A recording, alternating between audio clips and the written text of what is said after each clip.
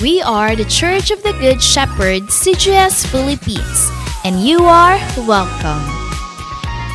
We invite you to like, share, and engage with our live stream. Calling all disciples, let us grow together. Join our online classes and learn how to live and engage in our life class process. To all potential leaders of Christ, get involved in our School of Leaders 1, 2, and 3. Prayer is our weapon. Be part of our daily morning prayer every day at 5 o'clock. Corporate morning prayer via Zoom every first Friday of the month. In-person corporate prayer every last Monday of the month. Leaders of this generation, engage in our leaders meeting with our senior pastor, Pastor Rami Hinares Jr., every Tuesday at 7 p.m. Indeed, we are unstoppable, and the church is getting bigger. Again, we are the CGS Philippines, and we have the vision.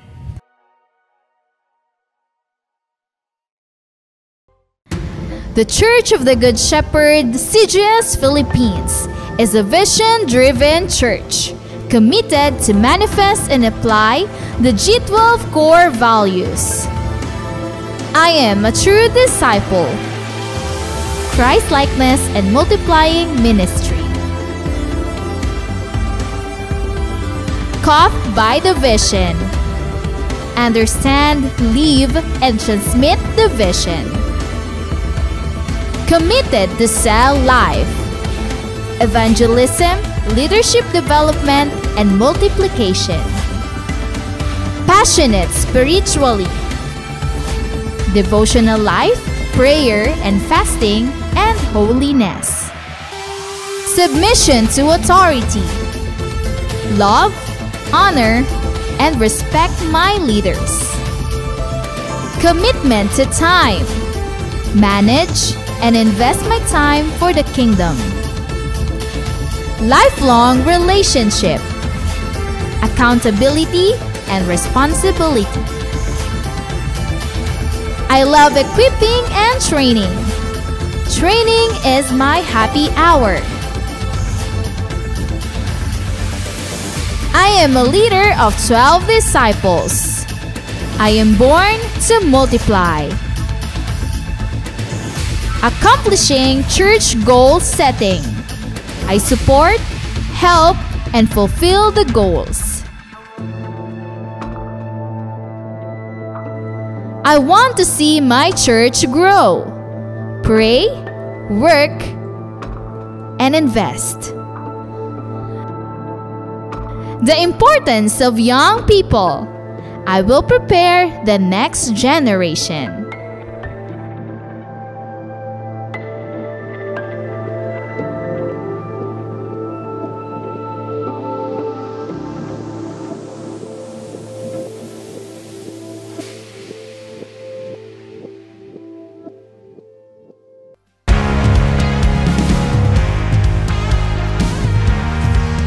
The Church of the Good Shepherd, CGS Philippines, is not just a building, but it is about people who embrace God's vision that lives its purpose, loving God and loving people.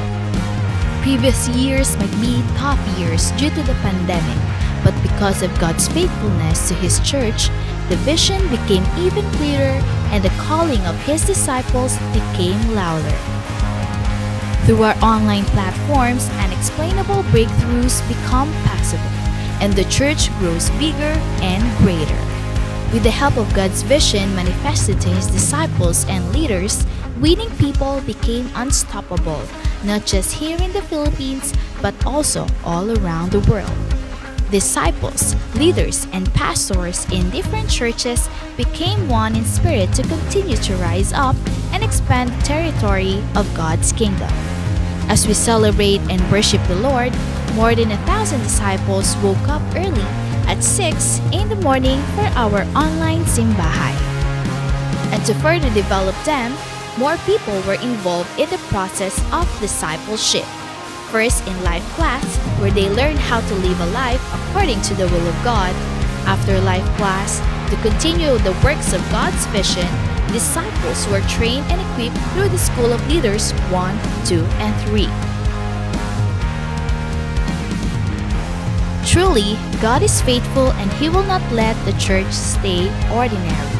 This year, as the vision goes further, some of the pastors and leaders began to go to the places reached by our online platform. Together with Pastor Rami and Pastor Adele, the church visited some places in the Philippines to connect and expand God's kingdom, the church, and His vision. All these things happens because pastors, leaders, and disciples in different churches and places are committed to prayer every morning and evening. The vision will never stop, and His people will never be silent. It is true, the latter house is greater than the former, where we are the church of the Good Shepherd, and we have the vision.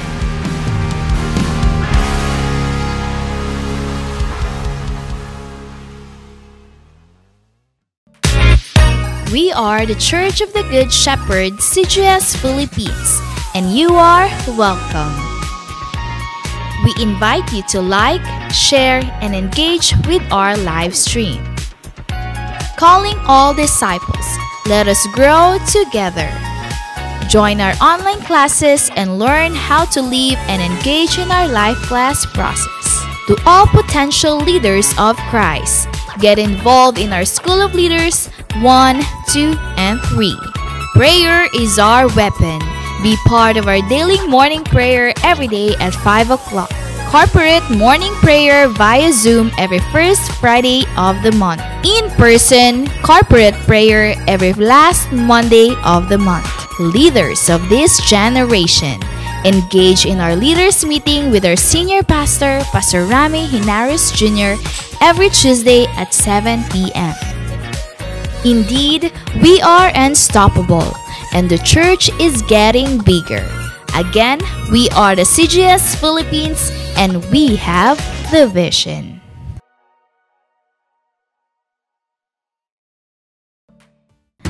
The Church of the Good Shepherd, CGS Philippines, is a vision-driven church committed to manifest and apply the G12 core values. I am a true disciple, Christ-likeness and multiplying ministry. Caught by the vision. Understand, live, and transmit the vision. Committed to sell life. Evangelism, leadership development, and multiplication. Passionate spiritually. Devotional life, prayer and fasting, and holiness. Submission to authority. Love, honor, and respect my leaders. Commitment to time. Manage and invest my time for the kingdom. Lifelong relationship. Accountability and responsibility. I love equipping and training. Training is my happy hour. I am a leader of 12 disciples. I am born to multiply. Accomplishing church goal setting.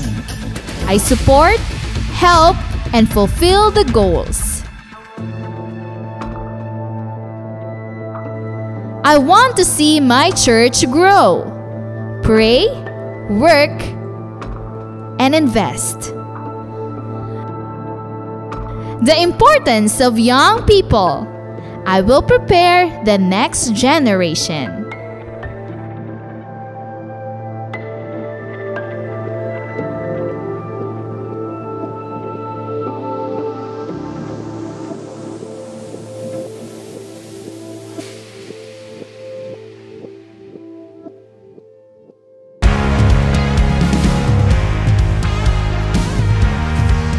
The Church of the Good Shepherd, CGS Philippines, is not just a building, but it is about people who embrace God's vision that lives its purpose, loving God and loving people. Previous years might be tough years due to the pandemic, but because of God's faithfulness to His church, the vision became even clearer and the calling of His disciples became louder. Through our online platforms, unexplainable breakthroughs become possible, and the church grows bigger and greater. With the help of God's vision manifested to His disciples and leaders, winning people became unstoppable, not just here in the Philippines, but also all around the world. Disciples, leaders, and pastors in different churches became one in spirit to continue to rise up and expand the territory of God's kingdom. As we celebrate and worship the Lord, more than 1,000 disciples woke up early at 6 in the morning for our online simbahay.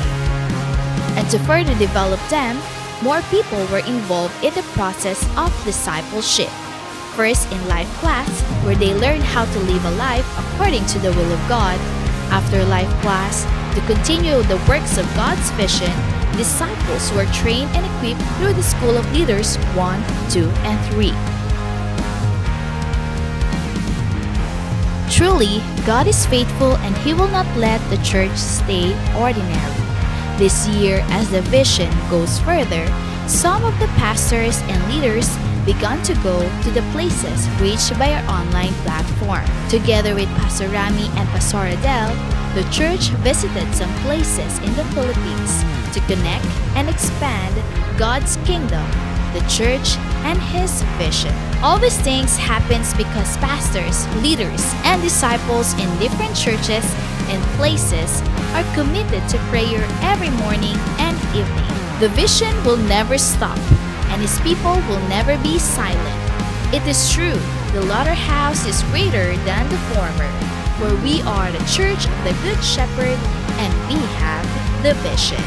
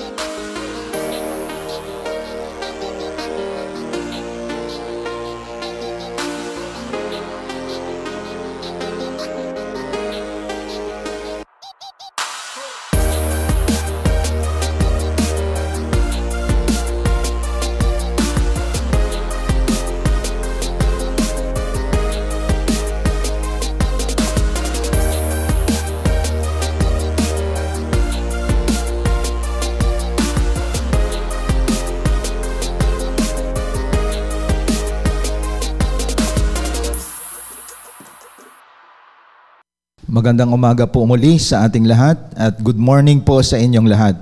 At welcome po sa ating morning simbahay. At sa oras na ito mga kapatid, ating wini-welcome lahat nating mga pastors, mga leaders natin, lahat ng mga cell group members, mga disciples, mga disciples natin, lahat ng mga primary, 144-1728-2736, lahat po ay welcome sa araw na to. Lahat ng mga invites po natin at lahat ng mga nanay at tatay, mga kabataan sa kanilang mga tahanan na nasa Luzon, Visayas at Mindanao at ganoon din sa abroad, sa iba't ibang sulok ng bansa na ating mga disciples, mga leaders natin ay ating wini-welcome sa oras na ito. And we believe God is Spirit. That is why He is not confined sa apat na walls. Saan man tayo ngayon, ang Diyos ay nandyan sa ating mga tahanan, lalo na nagtitipon tayo through online platform. And we believe God is not limited sa Kanyang presence. At alam natin na through online platform, dito na-exercise ang nature ng God natin, na God is everywhere. That is why we continue in our online platform, mga kapatid. At marami pong nabuksan, marami po ang patuloy na sumasamba sa Diyos sa Espiritu at katotohanan, even though tayo ay nasa different places. That is why we really praise God sa mga tao, mga anak ng Diyos na nagtitipon sa ganitong oras upang unahin siya. Simulan po natin ang lahat, mga kapatid, sa ating panalangin. Dakilang Diyos na makapangyarihan sa lahat, nagpapasalamat kami sa iyong presensya. Salamat po, O Diyos, sapagkat sa ang sulok man kami, we worship you in spirit and in truth, na you are not confined in one location, hindi ka, Panginoon, nakakahon sa apat na sulok, sapagkat ikaw ay makapangyarihan, ikaw ay karapat-dapat na sambahin. Saan man kaming lugar, tinitipon mo ang iyong mga anak upang sambahin ka sa Espiritu at katotohanan. I pray, continue to speak in the midst of us, O God, through this online platform. Ikaw po ang magministeryo sa lahat ng mga anak mo na kasama namin ngayon sa pagsamba sa iyo sa Espiritu at katotohanan. Pinagkatiwala po namin sa iyo ang araw na ito. Your name be exalted. Ikaw po, Diyos, ang mapapurihan, at salamat, Panginoon, sa kalayaan na kami makapagsamba sa iyo. Itong aking panalangin sa dakilang pangalan ni Jesus. Amen and amen. Damhin po natin ang mga awiting ito, dadalhin sa atin ng CGS Philippines Worship Team.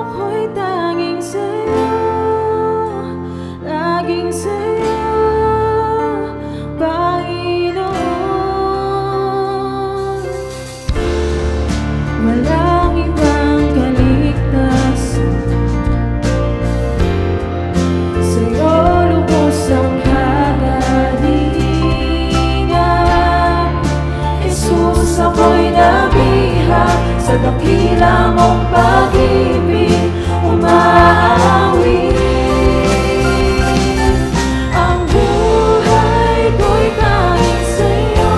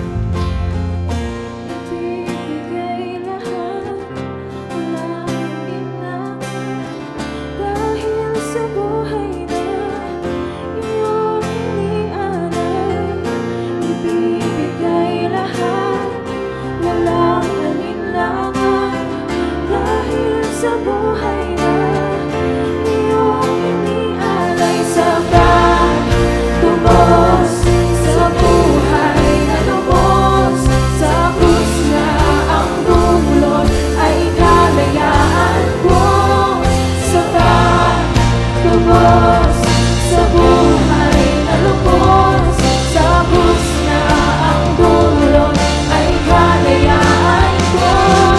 Ang buhay ko'y laging sa'yo, laging sa'yo iaalay.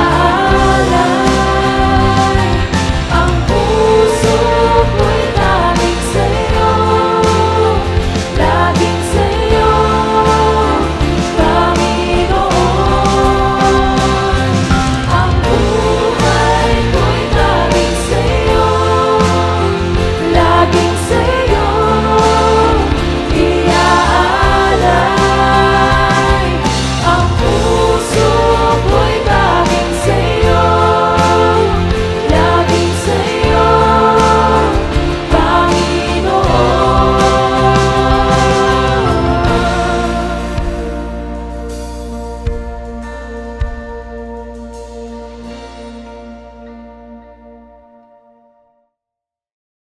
Salamat sa mga mensahe na ating narinig na dala ng ating CGS Philippines Worship Team. At sa oras na ito mga kapatid, ihanda natin ang ating mga ballpen, notebook, lalo na ang ating mga Bible at sa mga gadget po na hawak po natin. Bigyan natin ng attention, ng focus ang ating pag-usapan sa umagang ito. Matatagpuan sa Hebrews chapter 12 verses 5 to 11. Nalimutan na ba ninyo ang panawagan ng Diyos sa inyo bilang mga anak niya? Mga salitang nagpapalakas ng loob. Anak ko, huwag mong baliwalain ang pagtutuwid ng Panginoon at huwag mong mamasamain kapag ikaw ay dinidisiplina niya, sapagkat dinidisiplina ng Panginoon ang mga minamahal niya at pinapalo ang itinuturing niyang anak. Tiisin ninyong lahat ng hirap bilang pagtutuwid ng isang ama, dahil ito'y nagpapakilalang kayo'y tinatanggap ng Diyos bilang tunay niyang mga anak. Sinong anak ang hindi dinidisiplina ng kanyang ama? Kung ang pagdidisiplina na ginagawa sa lahat ng anak ay hindi gagawin sa inyo, hindi kayo tunay na mga anak, kundi kayo'y mga anak sa labas. Hindi ba't dinidisiplina tayo ng ating mga magulang at dahil dyan ay ginagalang natin sila? Hindi ba't upang tayo mabuhay, mas nararapat na tayo pasakop sa Diyos na ating Ama sa Espiritu? Sa loob ng maikling panahon, dinidisiplina tayo ng ating mga magulang para sa ating ikabubuti. Gayon din naman, tinutuwid tayo ng Diyos sa ikabubuti natin upang tayo maging banal tulad niya. Habang tayo tinutuwid, hindi tayo natutuwa, kundi naghihinagpis. Ngunit pagkatapos niyon, mararanasan natin ang kapayapaang bunga ng matuwid na pamumuhay. Purihin ang Diyos sa kanyang mga salita. Sa umagang ito, ang ating pag-uusapan is about top love. Pag sinabi nating top, ang ibig sabihin nito, strong, not easily broken or made weaker. So pag sinabi nating top, matibay, hindi natitinag, immovable ito, at hindi mo ito mababago. Dugtungan natin ng love, matibay na pag-ibig. So pag sinabi nating top love, Diyos lang ang makasustain nito. So bakit natin pag-usapan ang salitang top love?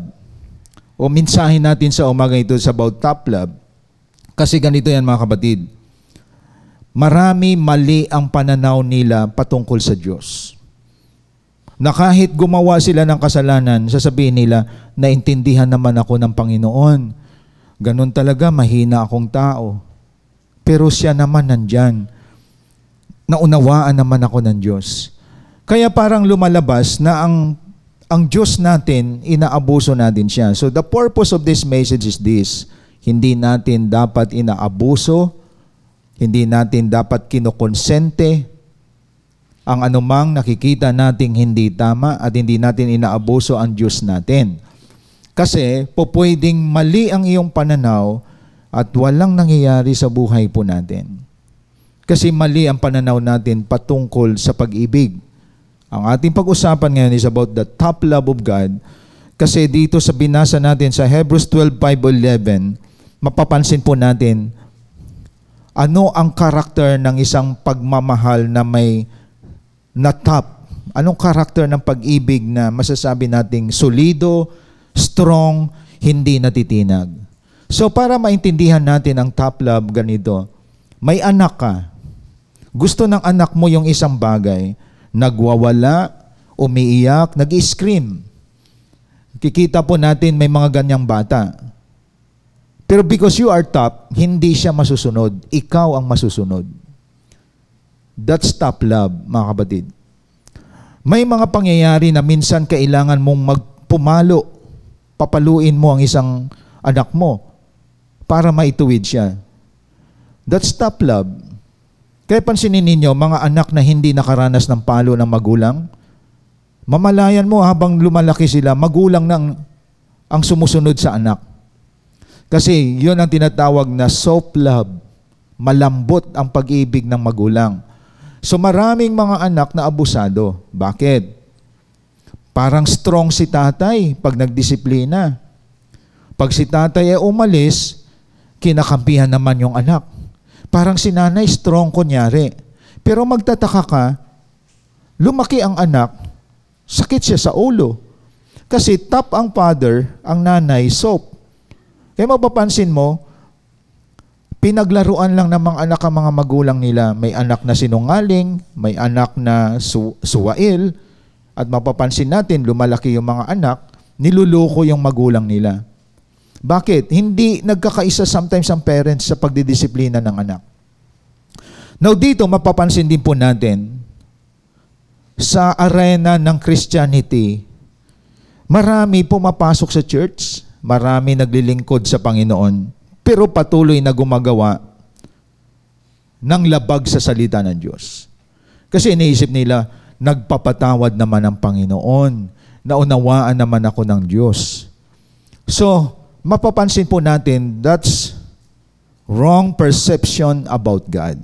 That is why ngayong umaga ating intindihin ngayon ang ating pag-usapan, ano ang sangkap ng top love? Anong sangkap ng masasabi nating ang Diyos natin ay hindi siya nagko-compromise? Anong sangkap ng pag-ibig pag sinabing top love? No? Kumbaga, like what I said, pag sinabi mo top, hindi mo masusuhulan ng Diyos. Hindi mo siya pwedeng lalambingin. May narinig nga ako minsan nga pastor, nilalambing ko ang Panginoon eh. Hindi makuha sa lambing si Lord. Di ba? Minsan nga pastor, iniiyakan ko si Lord. Hindi siya makuha sa pag-iiyak natin. Minsan pastor, nagsisigaw nga ako at pagkatapos nagdadabog ako, binabantaan ko si Lord eh. Sige ka Lord ha, pag hindi mo to sinagot, lalayo na ako sa iyo. Hindi siya makukuha sa ganyan. Because God's love is top.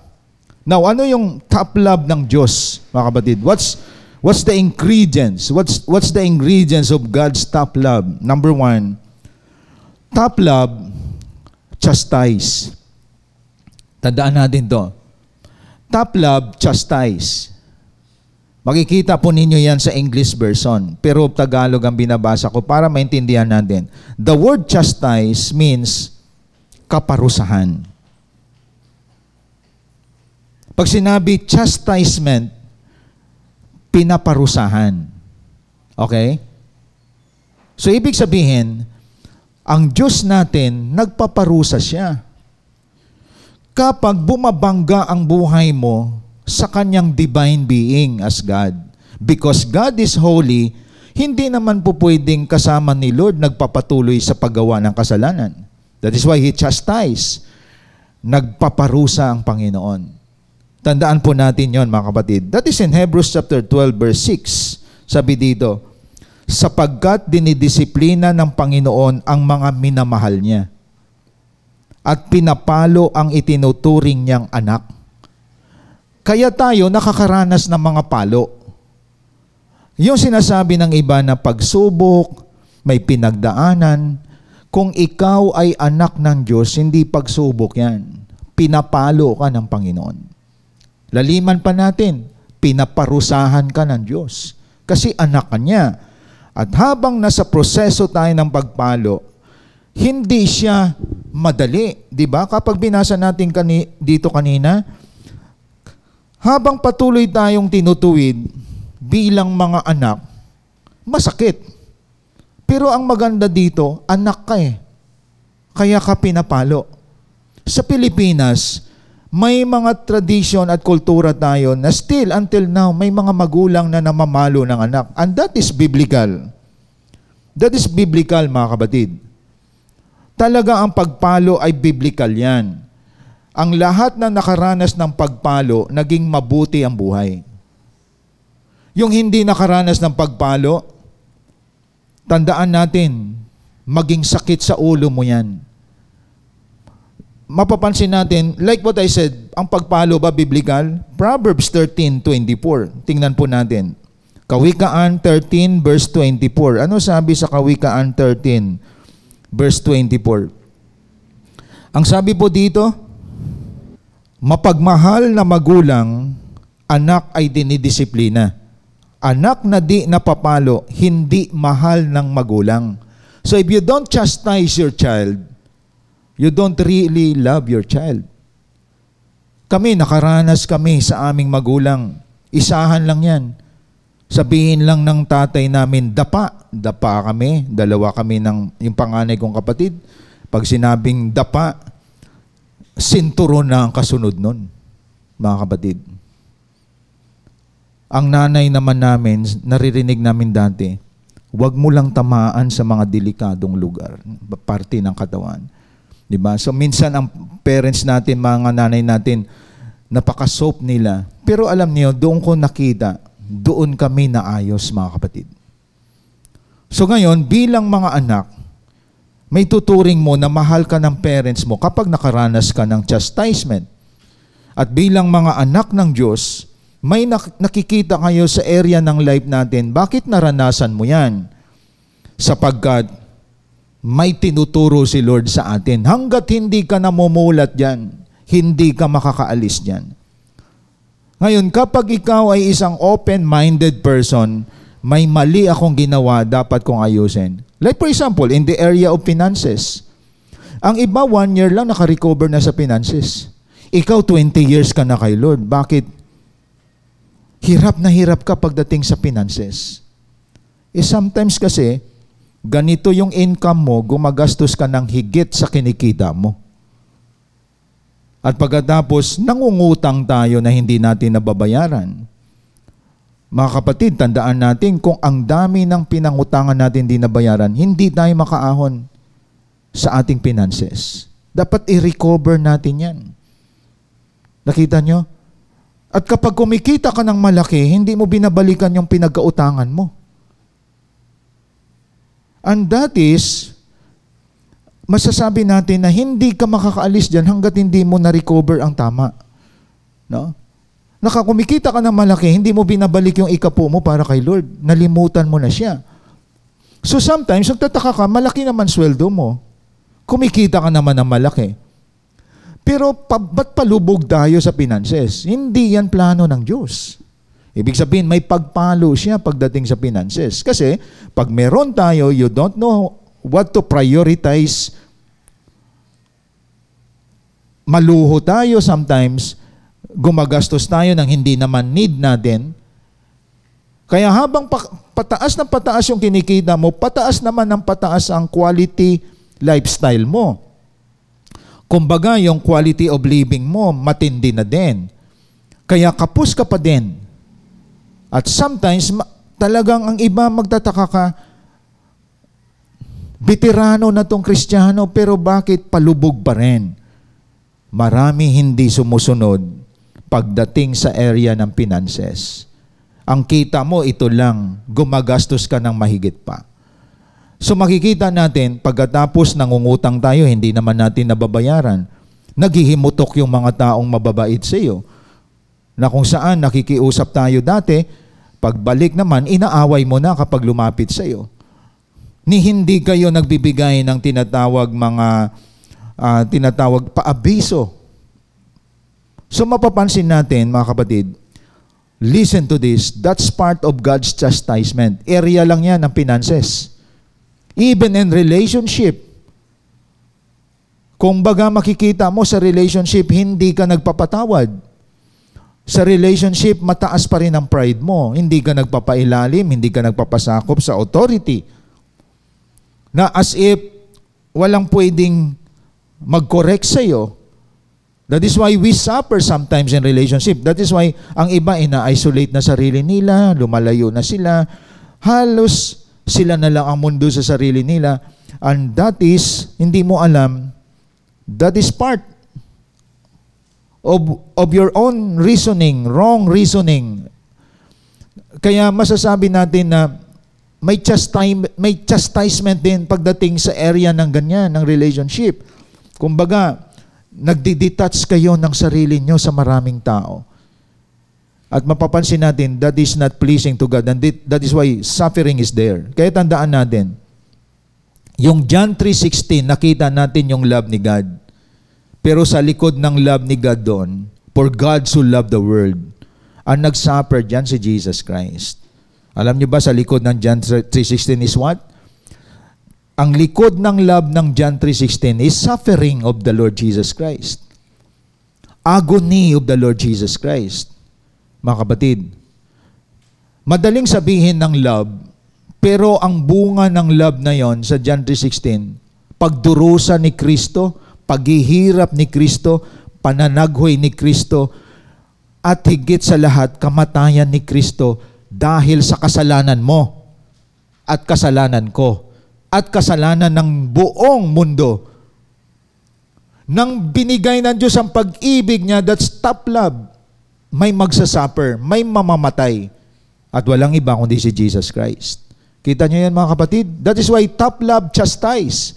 Si Kristo mismo ang unang nakaranas ng galit ng Diyos. Sa galit ng Diyos sa kasalanan mo, kasalanan ko, pagsisinungaling, pagnanakaw, panlalamang sa kapwa, pagpatay, mga vices na yan, ang pinalo si Kristo upang maging matino tayo. That is why God demonstrates His own love toward us. In that, while we were yet sinners, Christ died for us. That is in Romans chapter 5 verse 8. Ibig sabihin, that's top love of God. Dinemonstrate niya yung top love niya. Namatay ang Diyos na nagkatawang tao, si Kristo Jesus. At sino yon? Sinong na-chastise doon? Hindi ikaw. Hindi ikaw ang pinalo. Hindi ikaw ang pinarusahan. Hindi ikaw ang namatay. Sino? Si Jesus Christ. Siya ang sumalo sa kalupitan ng kasalanang ginawa ng tao. Ng kaparusahan, siya ang umako nito, mga kapatid, upang lahat ng kasalanan natin mapatawad.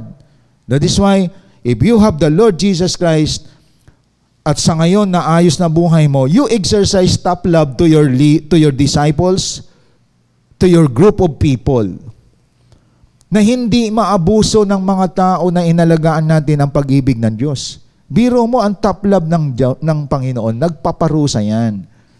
Hindi yan nangungonsinte. Kaya pag discipler ka, you're top. You're strong to your people. Hindi ka dapat malamya.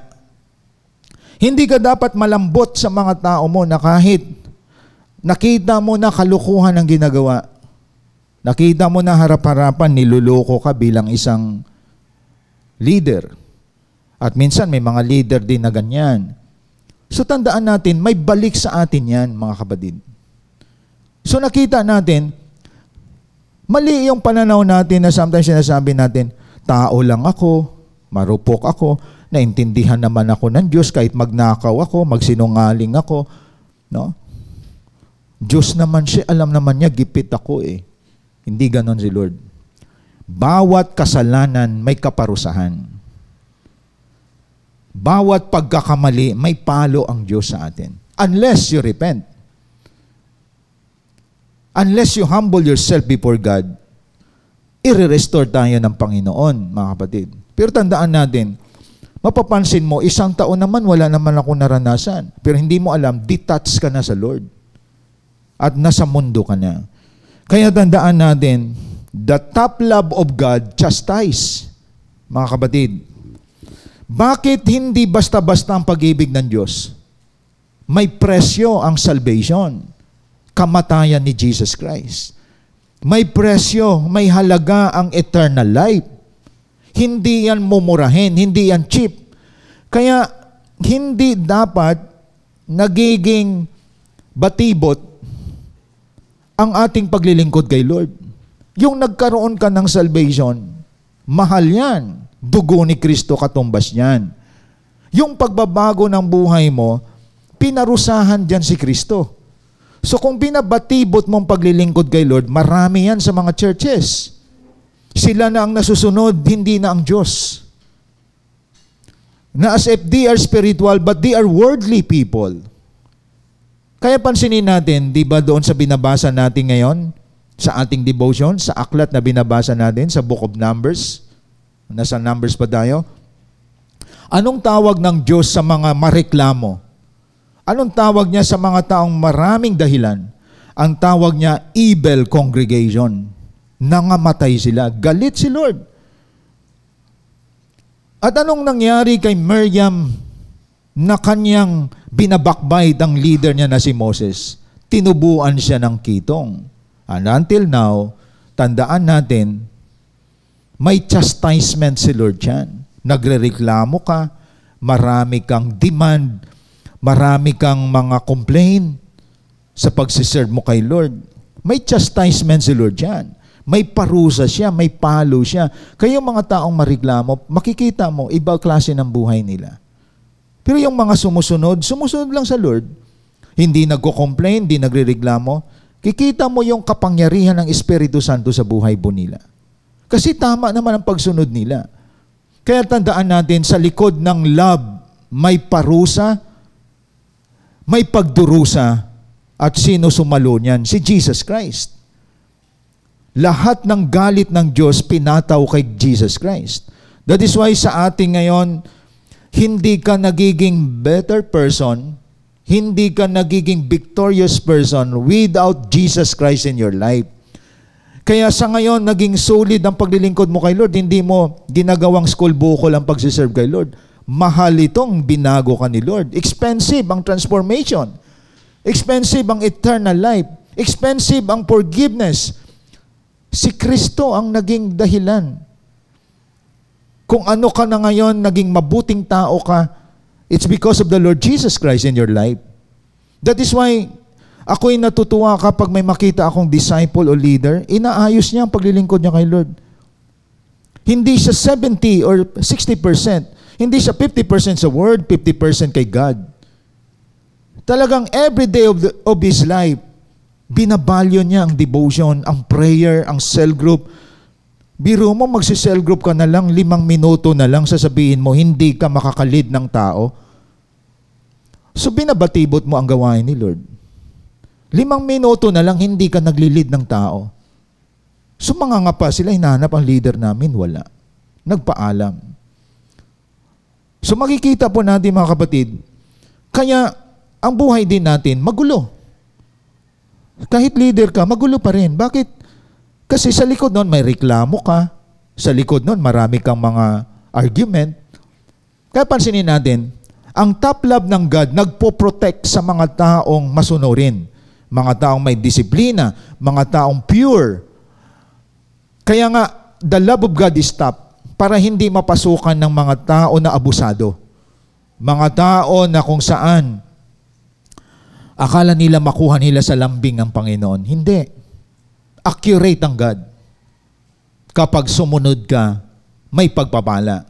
Kapag pagsuway ka, kahit sa loob ka pa ng church, ang puso mo hindi mo inaayos sa Lord, hindi ka pa rin maging masaya. Mga kapatid. At ang Lord hindi siya nagko-compromise ng mali. Kaya mapapansin po natin, ang nag-i-enjoy sa pagsiserve kay Lord, nakaranas sila ng pagdidisiplina ng Lord at tumino sila, umayo sila, at inaayos na nila ang paglilingkod sa Panginoon. Kaya mapapansin natin, even sa ating pagsiserve kay Lord, pag tamad ka, hindi ka naman i-bless ng Panginoon. Tamad ka sa spiritual, tamad ka rin sa physical. Kaya mapapansin natin mga kapatid, kahit kukunti, walang makakalusot sa Panginoon kapag bumabangga sa kanyang pagka-Diyos. That is why God's top love chastise. Nagpaparusa ang Panginoon. Dapat linawin natin yan. Hindi hundreds ang namamatay every day, every second. Thousands and thousands of people ay namamatay because of what? Of God's punishment. Kasi marami inaabuso, mapagmahal ang Diyos. God is love. Masarap pakinggan yan. Pero alam nyo ba mga kapatid, bawat segundo, thousands ang namamatay. Every moment, every seconds. It's because of the violation of the law of God. Yung pagsuway sa mga tuntunin ng Panginoon. Kaya kung tingnan ninyo ang Old Testament as we go on sa ating devotion, thousands ang namamatay. Pag nagalit ang Lord, buong congregation patay. Kaya abuse ang salitang grace sa panahon natin ngayon. Gracious naman si Lord eh. So kahit nag-a-addict ka sa online games, no? Addict ka sa porn, hindi lang naman addiction sa mga shabu. Maraming addict sa porn. Adik sa mga nakahubad na nakikitang lalaki, no? O babae. Nakabilad dyan sa media. Makikita natin, ganun nakalaswa ang media natin, ang technology natin sa ngayon. Kaya nga mapalad tayo na ang technology pinasok ng Word of God. May nakausap nga ako, sabi niya, maigi nga pastor, ang technology hindi lang puro kalaswaan eh. Ang technology hindi lang kinuha ng mundo. Maganda ang teknolohiya ngayon, may salita ng Diyos. Diba? Hindi lang tayo dapat nakapokus sa location natin. Itong technology na to, maraming mga kasamaan na ginagawang kaaway dito. Nandito ang mga scam. Nandito mga hackers. Nandito yung mga manluloko. Pero praise God, inalaw ni Lord to, napasukin din ng salita niya. Kasi owner siya ng technology. He is God. Nakita niyo mga kapatid? Kaya nga marami binago dito sa technology na to. Kaya hindi tayo umaalis dito. Dahil kahit saan ka man naruroon, nagmumove, kumikilos ang Holy Spirit sa bawat isa sa atin. Mga kapatid. Kaya top love, chastise. Second, top love, rebuke. Kapag strong ang love mo, pag tatay ka, pag mali ang anak mo, nire-rebuke mo yan. Sinasaway mo yan. Halimbawa, nakita mo yung anak mo, kinukupitan yung pitaka mo. Eh, mahal kita anak eh, damihan mo pa. Gusto mo, ubusin mo na anak. Ang cute mo anak, nakita kitang nangungupit. Yung may nakatago pa ako doon, kupitan mo pa anak. Yung hindi na ma-identify ng bata kung ano ang tama at mali. Nalaala ko na may story. Ang anak lumaki, kumbaga, napapamper siya ng nanay niya. May violation siyang malaking ginawa sa government. Nilabanan niya mga lawmaker. Alam niyo ba na sinugod ang bahay niya? Na akala mo may giyera? Nakipagbarilan siya sa mga NBI. Sinugod bahay nila. At siya may mga baril sa loob ng bahay. Kasi yung nanay sinasabi, ang anak ko mabait yan. Ang anak ko walang ginawa yang mali. Matino yung anak. So anong produkto niya sa government ngayon? Alam niyo nangyari nun? Barilan. Pinaligiran ng mga NBI ang bahay niya. Hindi, ayaw niya sumuko. Yun pala, lalaban siya. Alam niyo, alam niyo what's the reason bakit nangyari yan? Kagagawan din ng nanay. Pinapamper ang anak kahit may maling ginagawa. Kaya alam niyo, mahalaga ang pamilya. Mahalaga ang tahanan na sa bahay pa lang, ang approach sa mga anak, you're top. You're strong. Ang mali. At dapat sa bahay pa lang, nag-start ka na to chastise your children or to rebuke your child. Hindi alam ng bata kung anong tamang manners. Hinahayaan mo lang. Hindi mo, anak, ganito yan. mali yan. Ito yung tama. Ibig sabihin, nagsimula ang pagmamahal sa Diyos patungo sa ating pamilya. Kaya tandaan natin, naging sakit sa ulo ng bayan natin kapag ang mga anak ay hindi nabigyan ng tamang pagmamahal. Isang konsentidor na pagmamahal. Isang pagmamahal na nagtotolerate ng mali. Si Lord hindi po pwede sa kanya yon. Because top love, rebuke. Sinasaway mo ang isang tao. Same in discipleship. Alam mo na yung tao mo ay hindi sumusunod sa iyo, tinatakpan mo lang. Kasi may pagsasamahan na kayo. Alam mo na yung tao mo ay hindi siya nagwi-win soul, hindi siya nag-making disciple. Nabibigyan ka kasi niya ng favor. Ito pang masaklap, may suhulan. Generous kasi siya eh. Binibigyan niya ako palagi. Kaya hindi mo na sinasaway yung disciple mo. Si Lord hindi siya masusuhulan. Kahit close sa kanya, re-rebukein niya. Pakita ko sa inyo mga kapatid, the love of God is top. That is why He rebuked. Matthew 16:23. Kaya yung mga matinong leader, nagsasaway yan. Nagtutuwid yan. Pag hindi ka matinong leader, kita mo na yung mga disciple mo ay mababaw, mahina. Hindi mo pinagsasabihan. Di po ba? Ganon din sa church. Kapag ang pastor nagko-compromise siya palagi ng salita ng Diyos kasi baka mawala mga membro, kakainin ka ng buo ng mga members mo. At mamalayan mo na lang, ikaw na lang pinagsasabihan ng mga membro mo. So we must realize this. We must copy the top love of God. Exercise top love in the church. Para yung mga dyan ay malagas, mapelter. Ang mga abusado mapelter. Po ba? Yung mga nagsisinungaling mapelter sila. At ang masustain sa iyo, quality people. Mga kapatid, hindi binubula ang pastor. Hindi nilalambing ang pastor. Nakita niyo mga kapatid, hindi makuha sa lambing ang prinsipyo ng salita ng Diyos. Na kahit mali, pupwede. Matthew 16:23. Anong sabi po sa Matthew 16, verse 23, mga kapatid? Tingnan po natin. Sinabi ni Jesus Christ na siya'y makakaranas ng kaparusahan. Siya'y papatayin. At siya'y magdanas ng matinding hirap. Sinabi niya sa mga disciple niya, nag-open si Christ. Sabi niya, maging handa kayo kasi ako'y makakaranas ng maraming hirap sa kamay ng mga pinuno ng bayan. Ako'y papatayin. Ngunit sa ikatlong araw, ako'y muling mabubuhay. Itong si Pedro, paepal. No? Alam niyo, may mga disciple, paepal din eh. No? Nagyabang. Verse 22, dinala siya ni Pedro sa isang tabi at sinimulang pagalitan. Biro mo, pinagalitan si Jesus Christ. Di ba? So tandaan natin, pag pastor ka na, hindi mo pinuputol yung sungay ng mga tao mo, tutubo yan, mga kapatid. Panginoon, huwag nawang itulot ng Diyos kailanman. Hindi yan mangyayari sa'yo. So tingnan ninyo, di ba? So paepal pa si Pedro. Hindi mangyayari sa'yo yan, Panginoon. Hindi ka maghihirap, hindi ka mamamatay. Ako bahala sa iyo. Dadaan sila sa ibabaw ng aking bangkay. Ganon ang mga paepal, di ba? Naranasan ko dati yan. Pastor, niyakap pa ako. Walang iwanan. Iiwanan kanila, pastor. Hindi kita iwanan.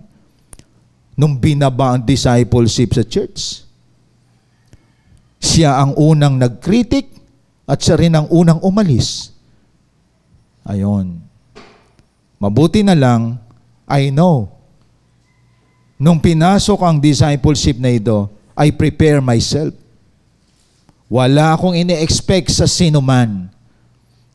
Sinuman aalis, sinuman tatalikod, I don't expect na mananatili ang sinuman.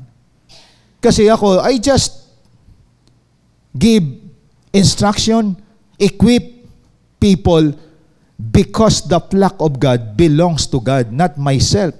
Mga kapatid. Ayon. Alam nyo, maraming paepal sa church na nawala. At si Pedro, mapapansin natin, akala niya hangang-hanga si Christ. Verse 23, ngunit hinarap siya ni Jesus at sinabihan, umalis ka sa harapan ko, Satanas. Hadlang ka sa aking landas. Ang iniisip mo'y hindi sa Diyos, kundi sa tao. Sakit nun, mga kapatid. Diba? Get thee behind me, Satan. Pedro pangalan niya, ba't siya tinawag ni Christ na Satan? Sapagkat sa likod nun, may sanib na si Pedro ni Satanas. Akala mo, mabuti yung tao sa iyo, napahimas-himas sa iyo, yung pala, padala ni Satanas yun. Ayon. Kaya huwag kayo basta-basta maniwala sa mga matatamis na salita. Mag-ingat kayo sa mga matatamis na pangako. Maigi pa yung sumusunod na hindi nagsasalita, kaysa yung maraming sinasabi, walang ginagawa. At pagkatapos, iiwanan ka sa ere. Ikaw naman, umaasa ka, nang naiwanan ka, ang sakit sa iyo. Kasi you expect too much sa mga tao. Don't expect too much sa sino mang tao. Dahil tao yan, nagbabago yan. Si Jesus Christ, nalimutan ni Pedro, si Jesus Christ, tao at Diyos yan. Alam niya na hindi totoo ang sinasabi ni Pedro dahil si Pedro din ang unang nag-deny kay Christ. Sabihin mo ba naman na hindi ko kilala yan? Naranasan niyo ba yan, mga kapatid, mga ka-close ninyo? Hanggang sa huli, nagipit ka, hindi ka na niya kilala. At hindi ka na inaabot. Ano sabi ni Jesus Christ? Umalis ka sa harapan ko, Satanas. Hadlang ka sa aking landas. Sabihin mo kaya yan sa mga disciple mo. Sigurado ubos disciple mo, mga kapatid. Di ba? Kuya, ate, ganito na lang. Alam mo, ang bait mo talaga, super ka. Kaya ikaw, paborito kita talagang leader. Ikaw ang magaling na leader sa lahat. Pakis nga, mamwa, chup-chup, ganun. Di ba? Gagawin mo ba yun sa leader mo, di ba? Payakap-yakap ka pa. Di ba? Lahat ng bula gagawin mo sa leader mo. Kahit may mga anak na ganyan. Mama, papa, bait mo talaga. You're the best father of all. Delikado yan, mga kapatid. Yung mga anak na ganyan, kikita mo sa likod nun, suwail. Kaya mag-ingat sa mga malalambing. Maingat kayo sa mga taong naglalambing sa inyo. Dahil sa likod nun, may ginagawang hindi okay. That's the top love of Jesus Christ. Para ang ganda pakinggan, paglalaban ka. Paglalaban kita, leader. Pero ano sabi ni Jesus Christ? Lumayas ka, Satanas ka. Di ba? Si Pedro ba na-offend? I think offended si Pedro. Na-offend si Pedro. Bakit? Nung si Christ ay nakaranas ng dinakip, pinarusahan na siya, dinuraan na siya, binalikan ni Pedro, hindi ko kilala yan. Kita nyo? May mga disciple gumaganti sa leader eh. Hindi ko leader yan. Pangit yung leader ko.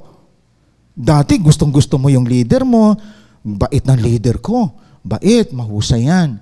Pero nang nireview ka ngayon, alam mo, hindi ko kilala yan. Sino yun? Kita niyo, mga kapatid?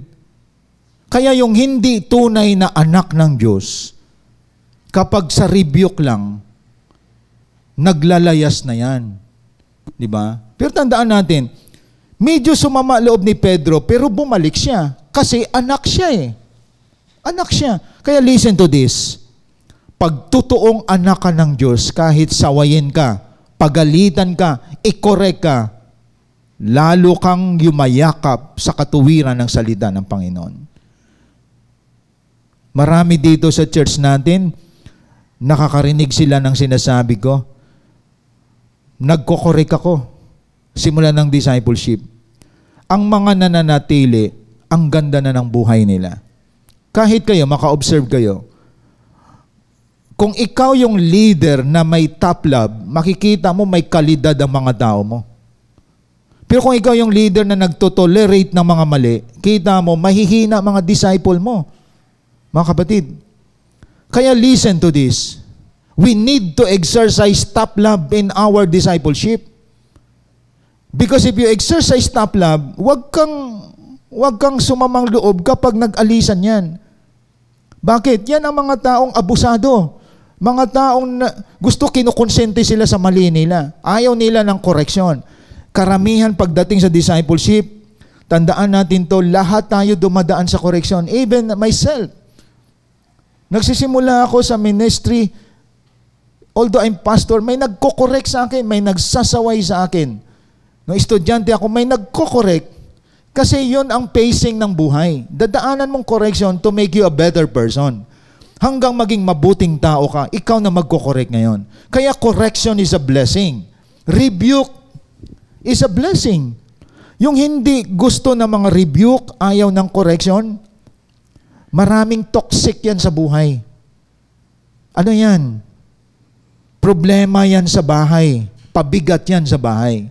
Pabigat yan sa government and pabigat yan sa church. We need correction. Because we are imperfect people. Kinukorek tayo. Kaya that is why we have our mentor. At ang mentor dapat nagpapakorek din sa mentor niya. Hindi ka pwedeng maging leader na pinagalitan ka ng leader mo sa taas. Ay awkward yan, mga kapatid. Biro mo, tinutuwid mo yung baba mo, pero pag tinutuwid ka ng nasa taas mo na leader mo, ay hindi ka sumusunod. Hindi tama yon. Lahat tayo, no one is exempted. Kaya tandaan natin, blessing ang rebuke. Bakit ni-rebuke ni Jesus Christ si Pedro? May relationship, may connection. Ka-teamwork ni Christ si Pedro. Ganon din. Nire-rebuke tayo ng mga leader natin, even in the Word of God, kasi may connection ka. Anak ka ng Diyos eh. Pag binasa mo yung Hebrews chapter 12 na ating pinagbulay-bulayan ngayon, palaging inuulit-ulit dito, dahil anak kayo ng Diyos. Anak ka, kaya ka tinutuwid. At yan ang pasalamatan natin. Tanda na anak ka dahil tinutuwid ka. Tandaan natin yon, mga kapatid. Di ba? So malinaw, ang pagtutuwid sa atin, very clear po yan, no? Sa Hebrews 12:11. Anong sabi sa Hebrews 12:11? Di ba? Very clear yan. Habang tayo'y tinutuwid, hindi tayo natutuwa, kundi naghihinagpis. Ngunit pagkatapos niyon, mararanasan natin ang kapayapaang bunga ng matuwid na pamumuhay. Kaya mapalad yung mga anak na nakaranas ng palo. Ako, nakaranas ako ng palo ng parents ko. No? Mapalad, kasi anak ka eh. Di ba? Hindi yan masasabing dahil nagagalit lang sa iyo ng wala. Tinutuwid ka talaga. Kaya ang outcome, naging mabuting tao ka, mga kapatid. So si Lord, ano ngayon naranasan mo? Baka hindi yan pagsubok. Baka may pagsuway kang ginagawa sa Lord. Di ba? Bakit masasakitin ka? Eh, hindi mo sinusunod yung nature ng Lord eh. Di po ba? Pwedeng abuso ka sa iyong katawan. Ang katawang ito, temple of the Holy Spirit. Hindi po nilalagyan ito ng alcohol, hindi po ito pinapausukan. Ang alam ko lang na umuusok sa sakyan eh. Hindi ka naman sasakyan. Tsaka hindi ka naman tambutso. Ba't ka umuusok? Di ba? Kita niyo mga kapatid? So makikita natin, hindi disenyo ni Lord na tambutso yung bibig mo. Nakita niyo? Alam ko ang alcohol pinupunas sa mga kamay kapag may bakterya. Ba't iniinom mo? Di ba? Ba't ka umiinom ng alcohol?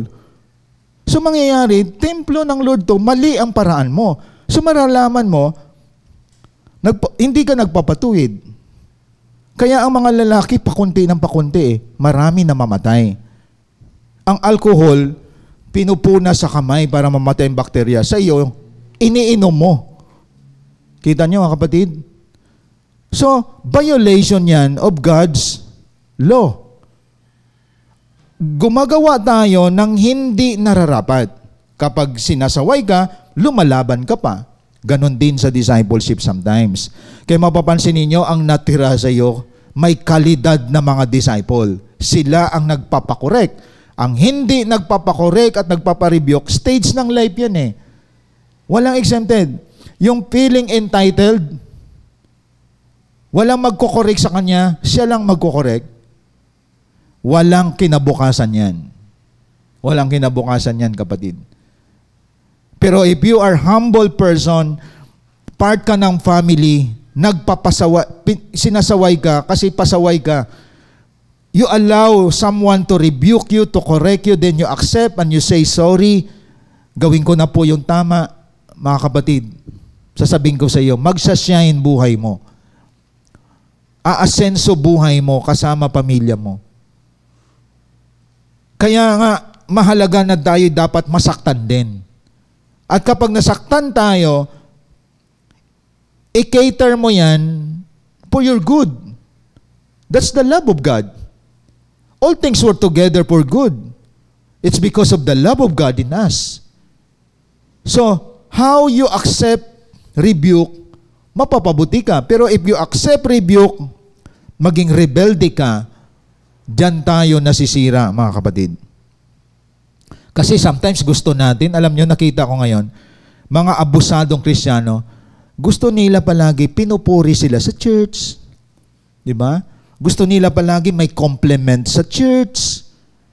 Gusto nila palagi pinipray sila, tinatapik sila sa balikat. Kasi minsan tinuturo din yan ng mga pastor. Sometimes atin ding i-commend ang mga members ng church natin. Tama naman kapag tama ginagawa. Dapat natin sila i-praise. Tama naman yon. Pero kung puro praise ang gawin mo sa mga tao, ikaw din as leader, tinakpan mo na ang mali nila, palagi mo na lang sila pinupuri, palagi mo kinukomend, palagi mo lang sila pinapakain, sa likod nun, mali na ginagawa. Kasi takot ka na mawala sila sa'yo. Parang you play God, para naman maganda impression nila sa'yo. Pero hindi ka nakakatulong sa kanilang kinabukasan. You tolerate them. Maraming ganyan. Mga kaibigan na tunay, hindi yan, masasabi natin, hindi yan nagsasaway kasi mawala ang pagkakaibigan nila. Pero hindi ganon ang prinsipyo ng Word of God. We rebuke people. Ang tunay at totoong leader, nagsasawayan. Kahit harap-harapan. Yun ang leader. Hindi konsentidor na leader. Ang parents na totoong mahal ang mga anak, pinagsasabihan ng mga anak. Hindi yan power trip. Trip ko lang magalit. Hindi ganon. May prinsipyo ka. Hindi yung pagising ng mga anak mo, ba't pinaghahataw mo kami? Yung pala lasing.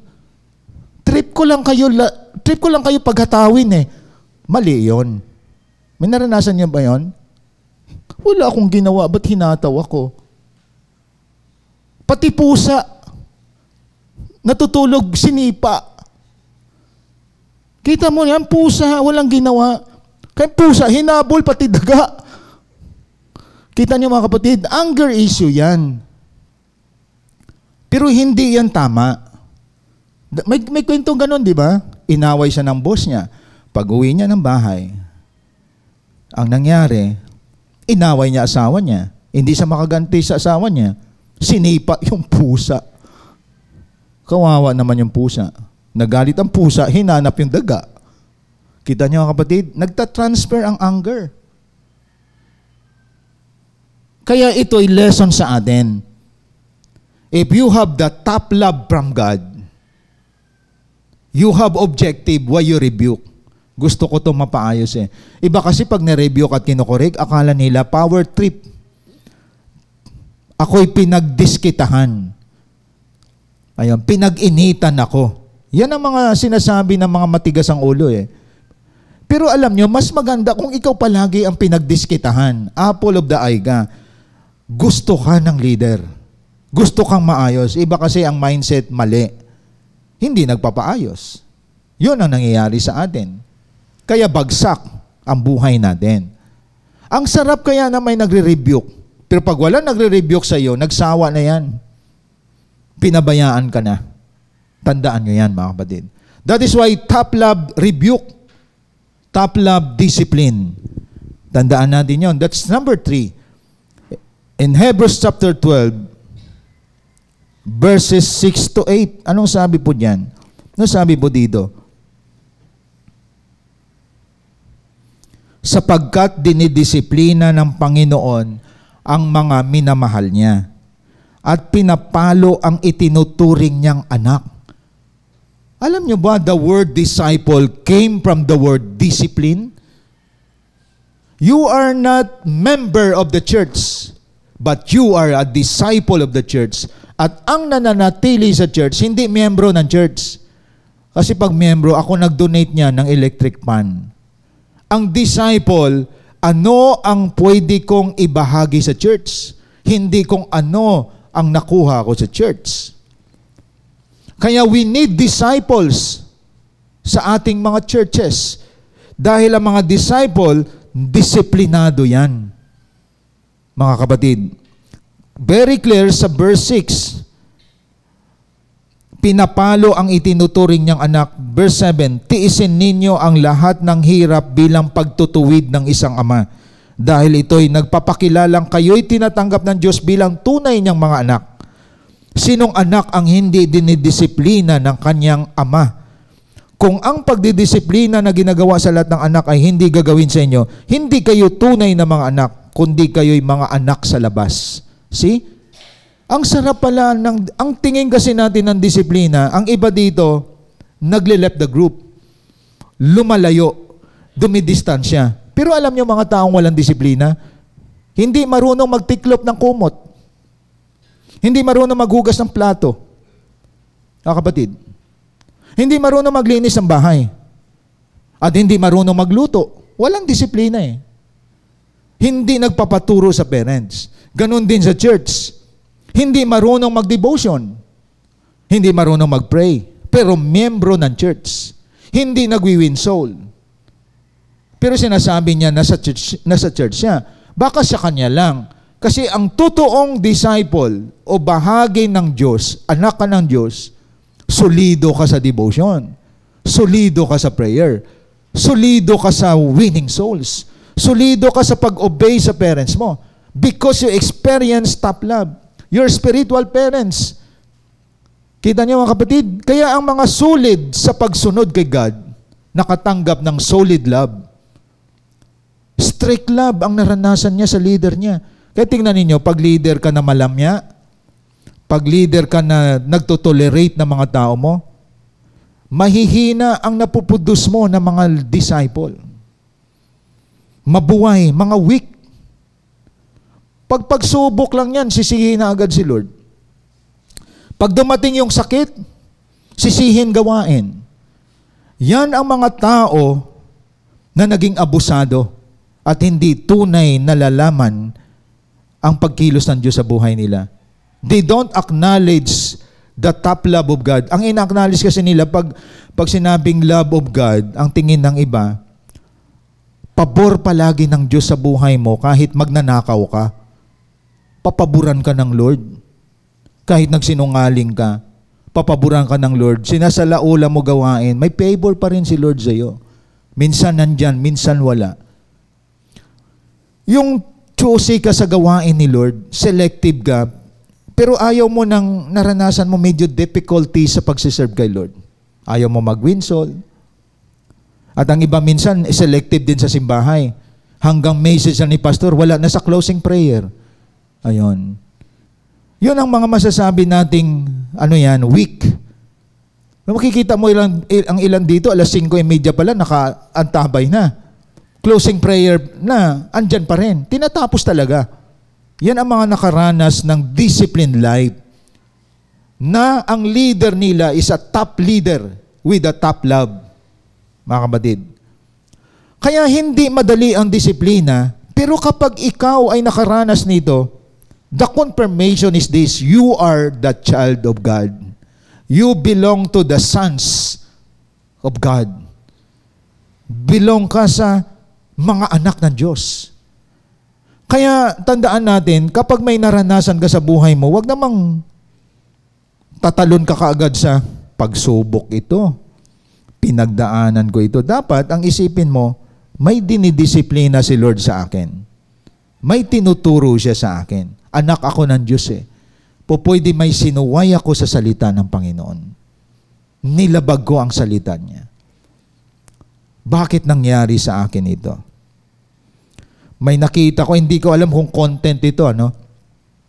May napanood ako minsan, yan sa technology. Umubo yung tatay niya sa kainan, sinubsob ng anak. Parang diring-diri siya sa tatay niya, umubo lang. Sinubsob niya ang anak, ang tatay niya na paralyzed, sinubsob niya sa kainan. Sabi, kadiri ka. Nanay niya, binato niya ng tuwalya. Pero ang bilis agad ng balik. Pagkalipas ng ilang buwan, siya naman ang naging paralitiko. Na-stroke yung anak. Na-stroke. Kita niyo mga kapatid? Kasi you violate the law of God. Na instead to honor your parents, kinalaban mo parents mo. Tita mo, tito mo, kinalaban mo. Di ba? May balik agad si Lord ng parusa. Di ba? Kasi iba natatakot sa salitang parusa eh. Gusto nila marinig yung mga magandang mga termino, mga naunawaan ka naman ng Diyos. Hindi ganon si Lord. Kapag violation yan. Di ba? Hindi po pwede na yung mga traffic enforcer, red light, pinatakbo mo yung sasakyan mo. Tapos, makikiusap ka. Minsan may mga traffic enforcer na pakikiusapan eh. Sasabihin ng isa, ano kasi may emergency. Yung pala, violator talaga siya. Hanggang sa siya ang na-emergency. Tingnan niyo mga kapatid, maraming ganyan. Inaabuso natin ang batas ng bansa. Pero si Lord, hindi siya nagpapaabuso because of His divine being. He is God. Kaya walang makakalusot kay Lord. Kaya naway ang mensaheng ito makita natin. The top love of God, discipline. That's the love of God. Mga kapatid, hindi pipitsugin ang pag-ibig ng Diyos dahil nais ng Diyos protektahan ang kanyang pagka-Diyos na hindi siya inaabuso, hindi siya Diyos na nangongonsente katulad ng tao. Di ba? Kasi sinasabi mo, mahal ko tong anak ko, so kahit gumawa ang anak mo ng kabalbalan, okay lang sa'yo. Pero sa Diyos, hindi okay yan. Mga kapatid. Kaya ako'y natutuwa na maraming mga disciple, may kalidad ang paglilingkod. May kalidad ang napoproduce ng mga tao. Bakit? Ang leader top eh. Di ba? Alam mo ang leader kapag top, solido ang mga disciple niya. Di ba? Hindi late pag dumating. Hindi palaging absent. Mga faithful tither. Solid leader eh. Di ba? Makikita mo yung mga tao niya talagang may mga devotion, may prayer, nauuna sa online. Why? Hindi malamya ang leader. Ang leader ay strong, solid, strict. That's the top love, mga kapatid. Kaya naway sa umagang ito, nakita natin, we need to exercise these three. If we have the top love of God, exercise also top love to your people. Kaya sa ating pagtatapos, God's love does not tolerate sin. There are consequences for everything we do, whether good or bad.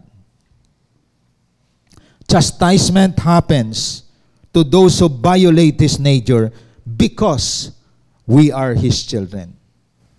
So malinaw to sa ating mga kapatid, purihin ang Diyos sa kanyang pag-ibig sa buhay po natin.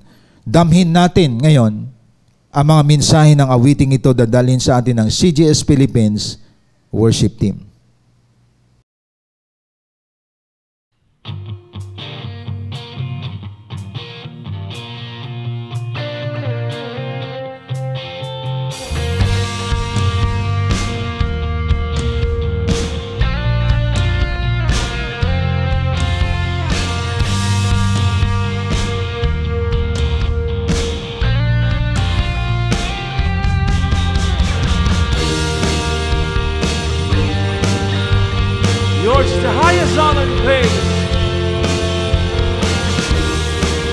give you glory and thanks. Hallelujah. Come on, church. Nothing can separate, even if I ran away. Your love never fails.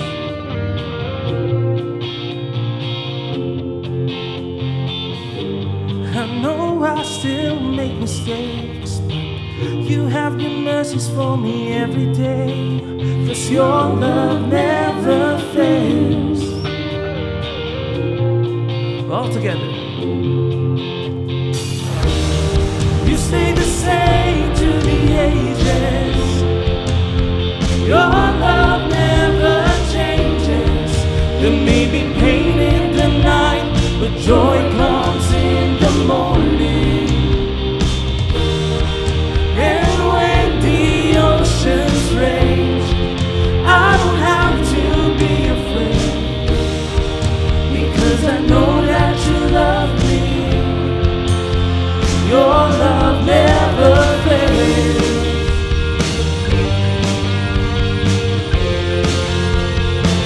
Truly, your love never fails. Amen. The wind is strong and the water's deep. I'm not alone here in these open seas, 'cause your love never fails. Amen. The chasm is far too wide. I never thought I'd reach the other side, 'cause your love never fails. Oh, you stay the same. You stay the same through the ages. Your love never changes. There may be pain in the night, but joy comes in the morning. And when the oceans rage, I don't have to be afraid, because I know that you love me. Oh, your love never fails. You stay the same through the ages. Oh, your love never changes. There may be pain in the night, but joy comes in the morning. And when the oceans rage, I don't have to be afraid, because I know that you love me. Your love never fails.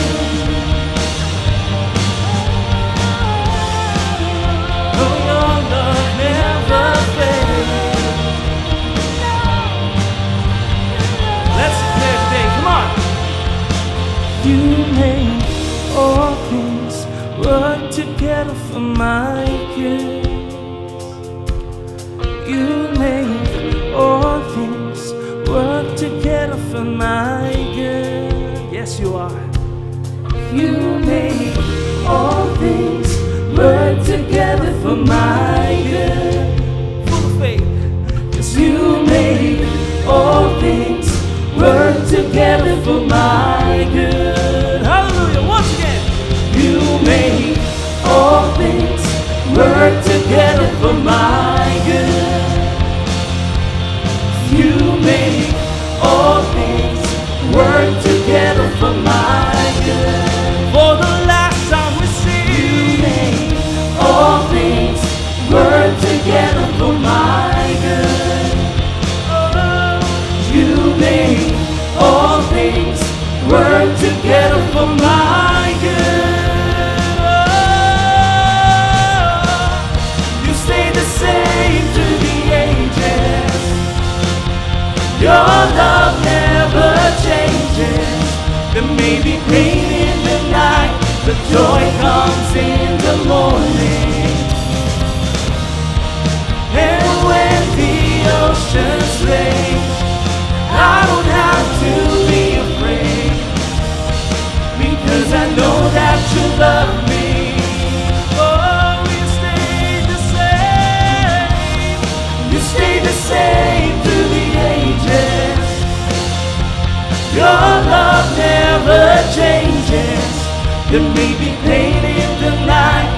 Joy comes in the morning. Thank you, Lord. And when the oceans rage, I don't have to be afraid, because I know that you love me. Your love never fades. Oh, your love never fails. Oh, you make all things work together for my good. You make all things work together for my good. Let's declare for the last time. You make all things work together for my good. You make all things work together for my good.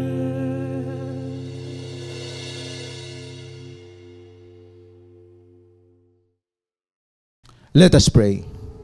Father God, maraming salamat sa paalaala mo sa amin. Salamat sa pag-ibig mo, Panginoon, na hindi nagko-compromise, hindi nangungonsente, kundi isang pag-ibig na nag-aayos sa buhay po namin. I pray, all of us must exercise this top love sa mga parents, sa mga leaders, sa mga disciples, O Lord, dahil nagpuproduce ito ng may kalidad na mga followers of the Lord Jesus Christ. I pray, Lord God, lahat kami ay magkaroon ng dekalidad na paglilingkod sa iyo because of the top love we experience from you, O Lord. Naway, Panginoon, dapat naming ayusin, lalo pa naming pagandahin ang aming paglilingkod sa iyo. Sa mga anak mo, Panginoon, na tinawag mo bilang mga anak, salamat sa mga pagdisiplina, pagsaway, at sa mga pagpalo na aming naranasan mula sa iyo, na kapag tanggapin namin ito in a positive way, nakakabuti ito para sa amin. I pray blessing to all your people today. In the name of the Father, the Son, Jesus Christ, and the Holy Spirit. Amen and amen. Thank you and God bless po sa ating lahat.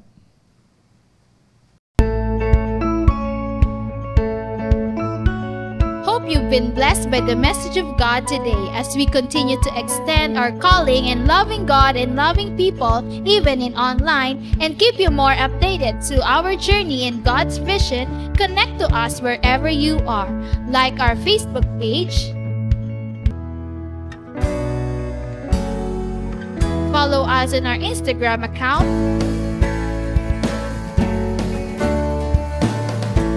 and subscribe to our YouTube channel.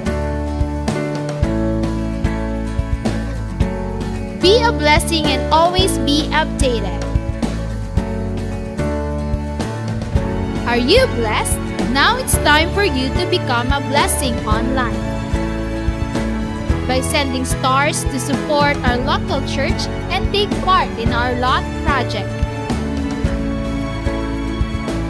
And be a cheerful giver through sending your tithes and offering to our GCash account.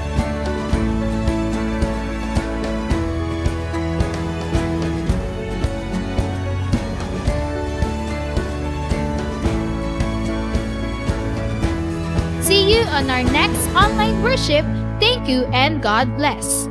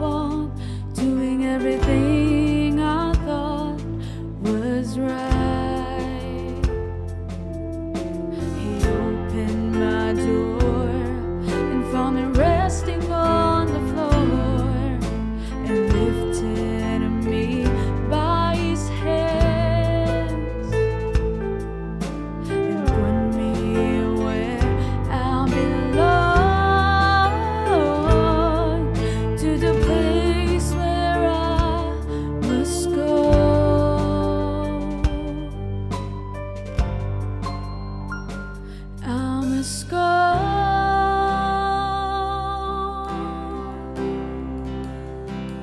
I must go.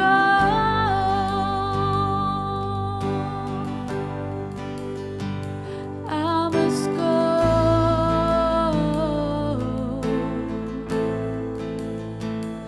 I must go.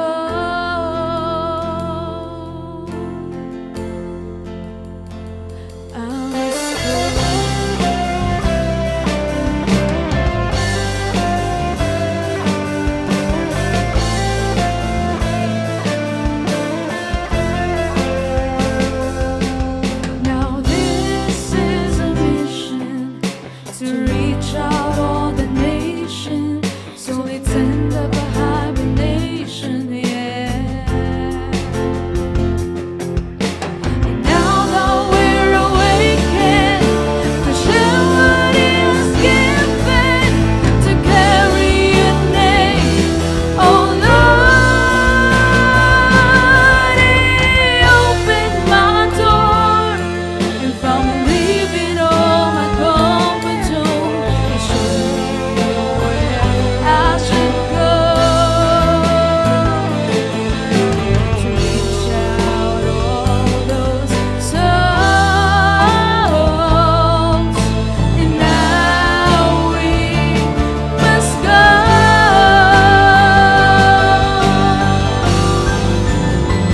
We must go.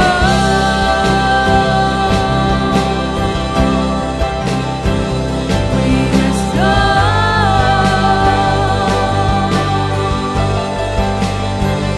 We must go.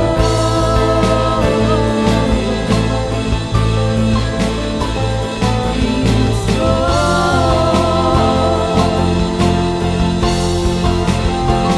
We must go.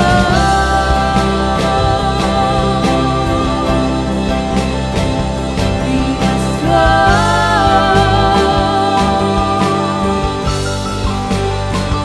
We must go.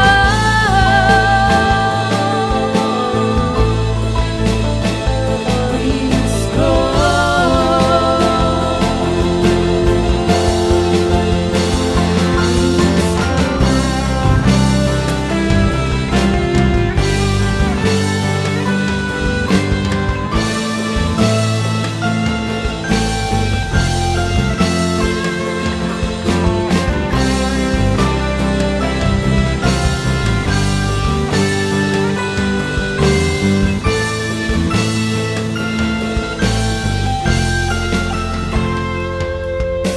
He opened my door.